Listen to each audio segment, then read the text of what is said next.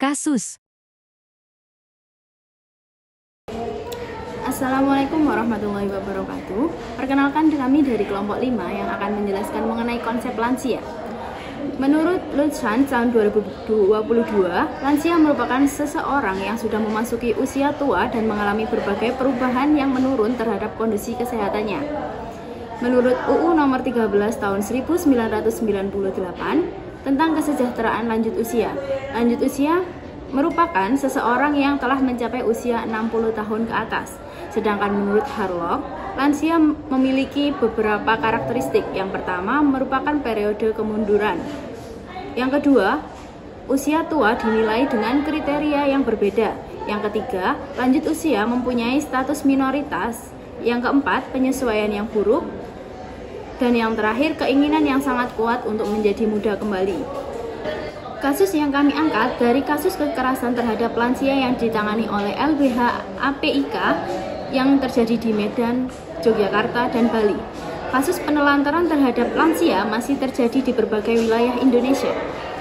Berdasarkan catatan Lembaga Bantuan Hukum Asosiasi Perempuan Indonesia untuk Keadilan atau LBH APIK, kasus kekerasan terhadap lansia yang ditangani pada Juli 2019 hingga Juli 2020 didominasi oleh kasus penelantaran 32 kasus, diikuti kekerasan psikologis 24 kasus, dan kekerasan fisik sebanyak 12 kasus.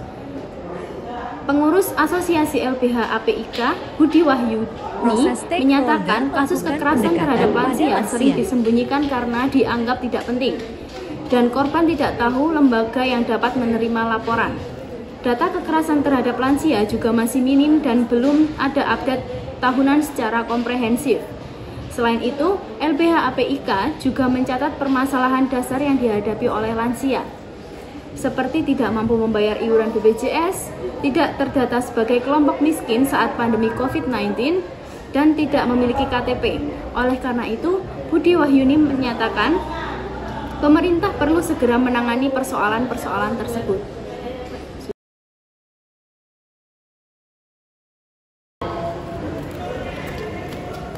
Itu ada bapak-bapak lagi. Oh iya, kayaknya boleh tuh diajak ngobrol bentar. Yuk, kita samperin. Ini sih Pak, kita boleh ngobrol sebentar. Boleh. Silakan duduk sini Pak. Iya Pak, makasih. Saya takut Pak. Assalamualaikum Bapak, mohon maaf mengganggu waktunya. Apa boleh ya bicara sebentar? Waalaikumsalam. Silakan Pak. Sebelumnya perkenalkan, nama saya Siti Iqbin Bayu Wilayatiamina. Dan saya Najwa Naya Namita Ragani. Tujuan kami di sini ingin memberdayakan para lansia-lansia yang terlantar. Nah, kalau boleh tahu, nama Bapak kira-kira siapa ya? Nama saya Muklis, umur saya sekitar 70-an tahun. Mbaknya silakan kalau mau ada yang bertanya-tanya. Baik Pak, mohon maaf, bisa diceritakan sedikit nggak tentang situasi Bapak saat ini? Apakah Bapak ini memiliki masalah atau kehilangan arah atau yang lainnya? Kehidupan saya ya seperti ini. Saya sudah tidak pernah keluarga lagi. Anak-anak saya pergi merantau dan saya bingung dan tidak bisa menghubunginya lagi. Untuk istri saya sudah meninggal 10 tahun yang lalu dan saya sekarang ini tidak punya tempat tinggal. Saya sangat prihatin Bapak untuk mendengar ceritanya Bapak. Kira-kira Bapak untuk setiap harinya ada tempat tinggal untuk ditidurin nggak? Buat tidur? Untuk tempat tinggal dan tempat tidur saya tidak punya. biasanya tidur tidak menentu, kadang di pinggir jalan yang sepi, kadang di musola. Nah, saya hanya membawa barang-barang yang penting buat saya sehari-hari seperti peralatan mandi dan baju mandi. Tenang Pak, ini di sini kan tujuan kami yang pertama yaitu untuk memberdayakan para lansia yang terlantar. Nah, kami bisa memberikan tempat tinggal sementara dan juga bantuan yang Bapak perlukan. Terima kasih, itu sangat membantu Bapak. Terima kasih. Baik Pak, mari kita pergi ke pusat bantuan kami bersama. Jadi nanti di sana Bapak mendapatkan fasilitas Fasilitator seperti tempat memberikan tidur, intervensi. makanan gratis, pakaian yang layak untuk dipakai. Dan kami juga bisa membantu menghubungi keluarga Bapak, barangkali bisa dihubungi dan memungkinkan. Terima kasih, Nak. Saya juga bingung harus bagaimana lagi. Terima kasih atas dukungannya. Tidak perlu khawatir Pak. Kami di sini memang ingin berniat untuk membantu. Mari Bapak saya antar ke tempatnya.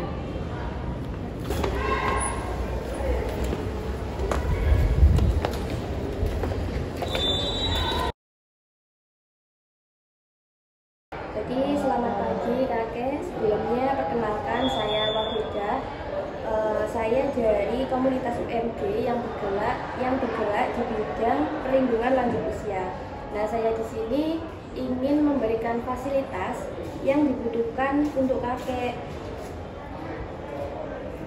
Fasilitas seperti apa ya? Saya tidak mengerti.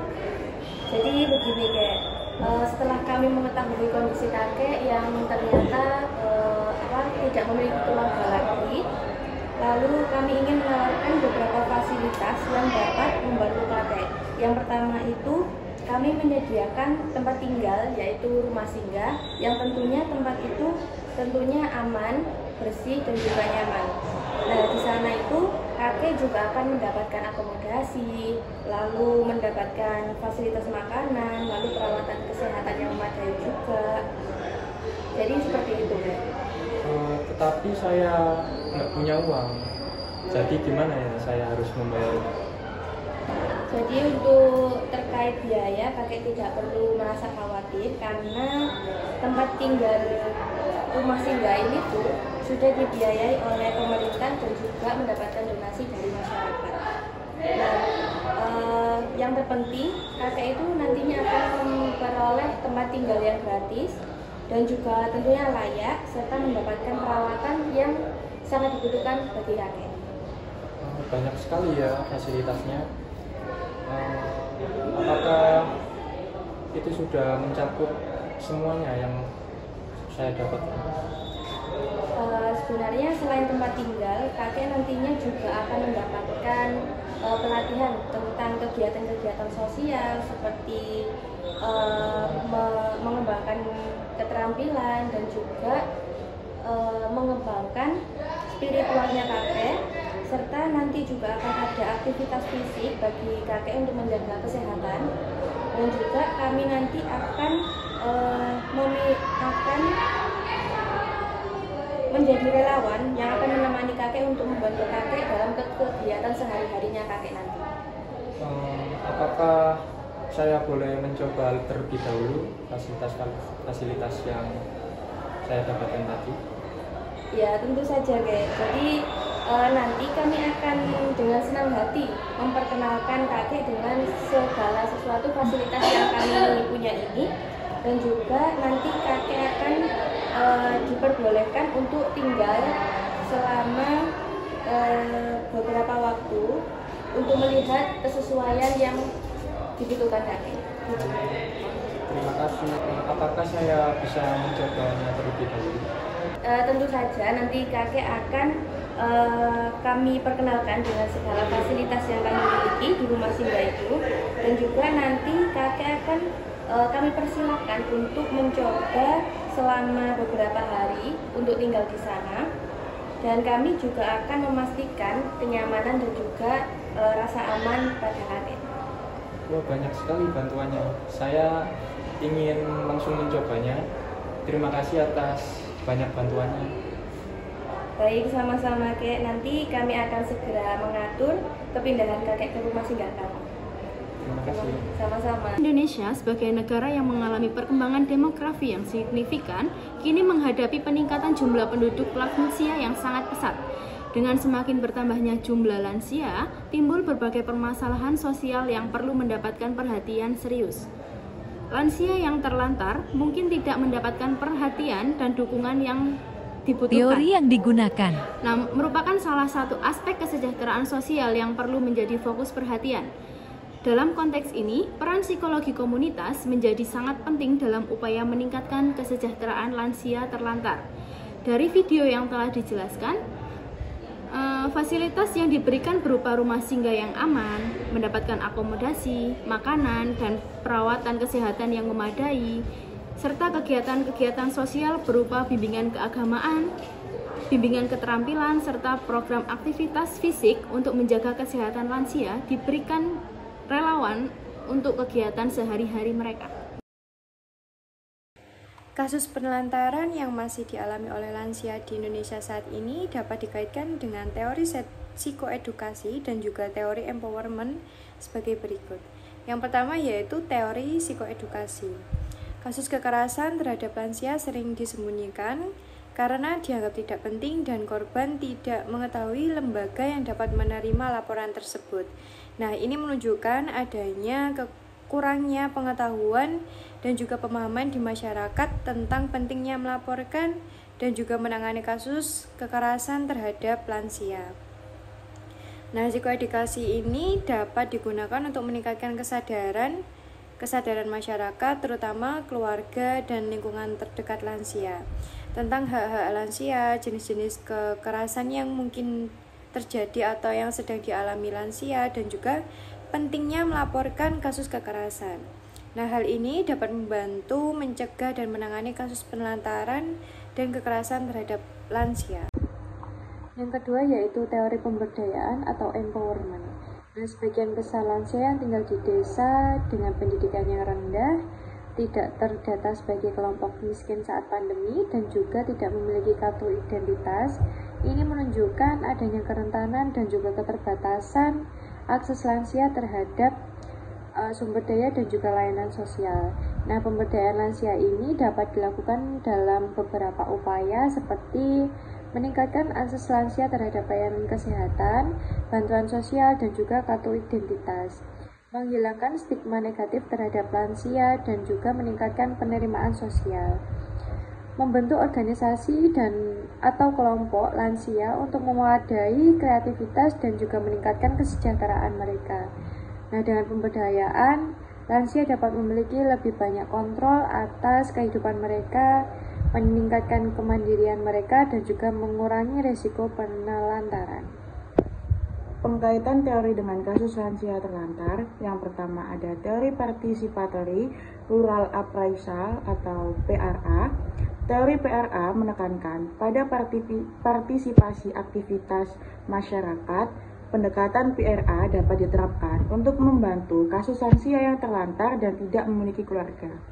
Melalui PRA, masyarakat sekitar, termasuk organisasi sosial, pemerintah lokal, dan pemuka masyarakat dapat dilibatkan secara partisipatif untuk mengidentifikasi permasalahan yang dihadapi lansia tersebut. Proses partisipasi ini dapat memunculkan rasa kepemilikan dan tanggung jawab bersama dalam membantu dan mendukung kehidupan lansia yang terlantar. Masyarakat dapat memetakan kebutuhan dan potensi yang ada untuk meningkatkan kesejahteraan lansia. Lalu yang kedua ada teori kesejahteraan keluarga. Teori kesejahteraan keluarga menekankan pada peran keluarga sebagai unit terkecil dalam masyarakat yang bertanggung jawab untuk memenuhi kebutuhan anggota keluarganya. Dalam kasus lansia yang terlantar dan tidak memiliki keluarga, teori ini menjadi relevan karena lansia tersebut kehilangan dukungan dan keperawatan dari keluarga. Ketiadaan keluarga dapat menyebabkan lansia kehilangan akses terhadap sumber daya dan layanan yang dibutuhkan untuk memenuhi kesejahteraan mereka.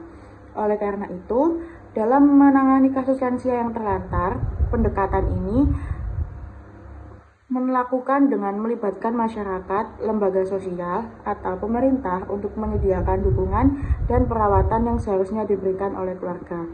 Melalui pendekatan ini, kesejahteraan keluarga, masyarakat desa, organisasi sosial, dan pemerintah lokal dilibatkan untuk memenuhi kebutuhan lansia tersebut, dan beberapa hal yang dapat dilakukan oleh masyarakat adalah menyediakan bantuan berupa tempat tinggal, perawatan kesehatan, dan dukungan sosial yang seharusnya diberikan oleh keluarganya. Pendekatan ini juga memastikan lansia tersebut dapat memenuhi kesejahteraan fisik, psikologis, dan sosialnya meskipun tidak memiliki keluarga.